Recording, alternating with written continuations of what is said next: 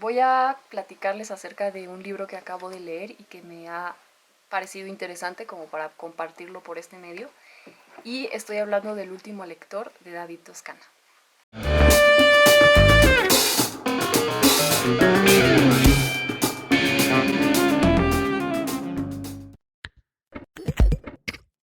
El último lector de David Toscana es una historia que transcurre dentro del pueblo de Icamole, que es un pueblo en México, el cual está pasando por una sequía tremenda.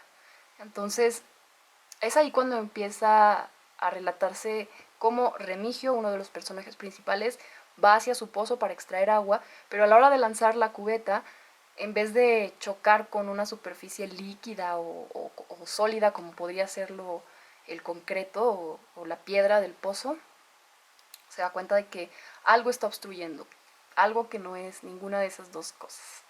Y es ahí cuando se halla con un cadáver de una niña de aproximadamente 12 años, a la cual al ver de cerca no identifica en lo absoluto como un habitante del pueblo. Desde ese momento comienza a ver, o sea, a contemplar el cuerpo, y no solo con intriga o misterio de por medio, sino con cierta admiración, se podría decir desde mi punto de vista que hasta un poco de morbo, y es decir, se aprecia la belleza también en lo inerte. Es ahí cuando uno se da cuenta de algunas características del personaje, es cuando comienza a revelarse la personalidad de Remigio, que junto con Lucio, su padre, quien es dueño de una biblioteca en el pueblo, van a tratar de ocultar el cuerpo, aunque no sea un crimen cometido por él. Hay algo muy presente en todo el libro que es constantemente esta mezcla tanto de la realidad y la ficción. Es decir, Lucio es una persona que está todo el tiempo inmersa en los libros y combina su vida real, es como si él viviera la literatura. Esto a mí me pareció como un libro dentro de un libro, dentro de un libro, probablemente no tanto así, pero a pesar de ser un lenguaje muy coloquial o muy sencillo el que se maneja, considero que se encuentra se encuentran elementos valiosos en el contenido por lo mismo de que el escritor introduce títulos de otros libros que yo al principio pensé que eran obras reales y dije, oh, qué curioso, pero no conozco ninguna. Y es que a lo largo de la historia se van eh, proyectando estos personajes en otras historias ya leídas y se mencionan los títulos, incluso se citan algunas páginas, se ahonda en los personajes de las otras historias y esto vuelve muy ameno todo, porque es como lo dije, si estuvieras inmerso en otro libro dentro de otro libro y así. Eh, obviamente no voy a decir más, es como la premisa, que por cierto no veo muy alejada, me pareció curioso esto, de Un dulce olor a muerte, de Guillermo Arriaga. Si ustedes han leído los dos libros, podrán encontrar muchas similitudes y creo que no estoy loca porque de verdad, sí, o sea, tanto el estilo, el lenguaje y la historia, o sea, ambos libros comienzan con el hallazgo de un cadáver, de una joven o una niña, ¿no? De una joven o una niña, ¿no? Es chistoso como en una parte incluso critica la Biblia y dice que es absurdo cómo está expresada cierto versículo cuando pudo haber hecho más efectivo el mensaje quitando tal palabra y tal palabra, y bueno, eso es lo que hacen todos los correctores de estilo, ¿no? Y sí, yo creo que aquí se reflejó mucho David Toscana, el escritor, no solo en eso, porque tú lo notas en todo el libro, no hay tanta repetición de palabras, es un libro bien editado y fue un libro que para mi gusto se corrigió, o sea, no fue un libro escrito ya la primera vez publicado, sino que se estuvo trabajando, o que bien, el nivel de creación narrativa del autor ya es lo suficientemente maduro como para haber plasmado todo tan funcional. Ahora, hay otra cosa que a mí me llamó mucho la atención y fue una, una ¿cómo se diría? Una observación que se hizo en cierta parte del libro acerca de la muerte. ¿Qué es lo que nosotros pensamos justo antes de morir? Se me hizo algo como para discutirlo con ustedes justamente porque yo pensaría, o probablemente tú pensarías, pues que sentiríamos miedo, coraje o tristeza por despedirnos de este mundo, porque ya no vamos a ver a nuestra familia y a nuestros seres queridos. O sea, todos los que van a morir y están conscientes de ello y podrían pensar en estas cuestiones que tienen que ver con lo afectivo, con esa resistencia de no dejar este plano y demás. Pero curiosamente aquí se menciona que no se puede sentir más que vergüenza. Y eso de inicio me pareció curioso. Dije, ¿por qué? ¿Por qué vergüenza? Pero creo que desde el punto de vista de este personaje, uno podría llegar a sentir vergüenza porque está en un punto ya vulnerable, un punto de no retorno, en donde ya no hay una intención de por medio como para ocultar algo de nosotros. Estamos tan expuestos que, que ya no hay máscaras. Y a esto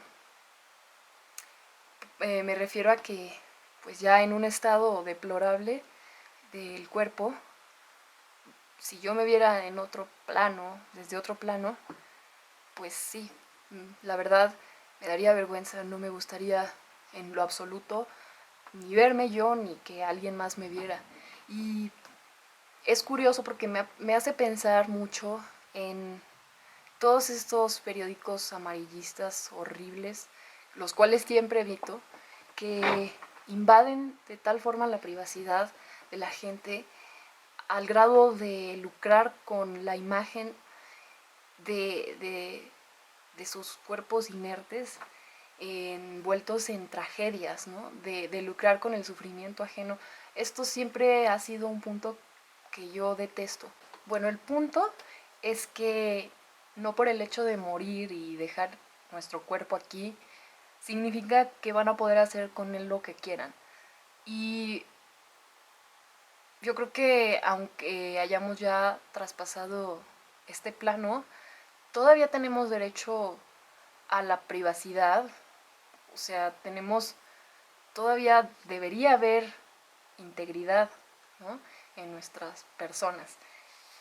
Eh, es cierto que podríamos sentir vergüenza antes de morir, o incluso después, en caso de que se pudiera sentir algo después, porque finalmente pues algo que nos caracteriza como seres humanos es la vanidad y el ego. Y bueno, por más que me digan que no poseen ego o que no son seres vanidosos, etcétera, pues no podemos negarlo.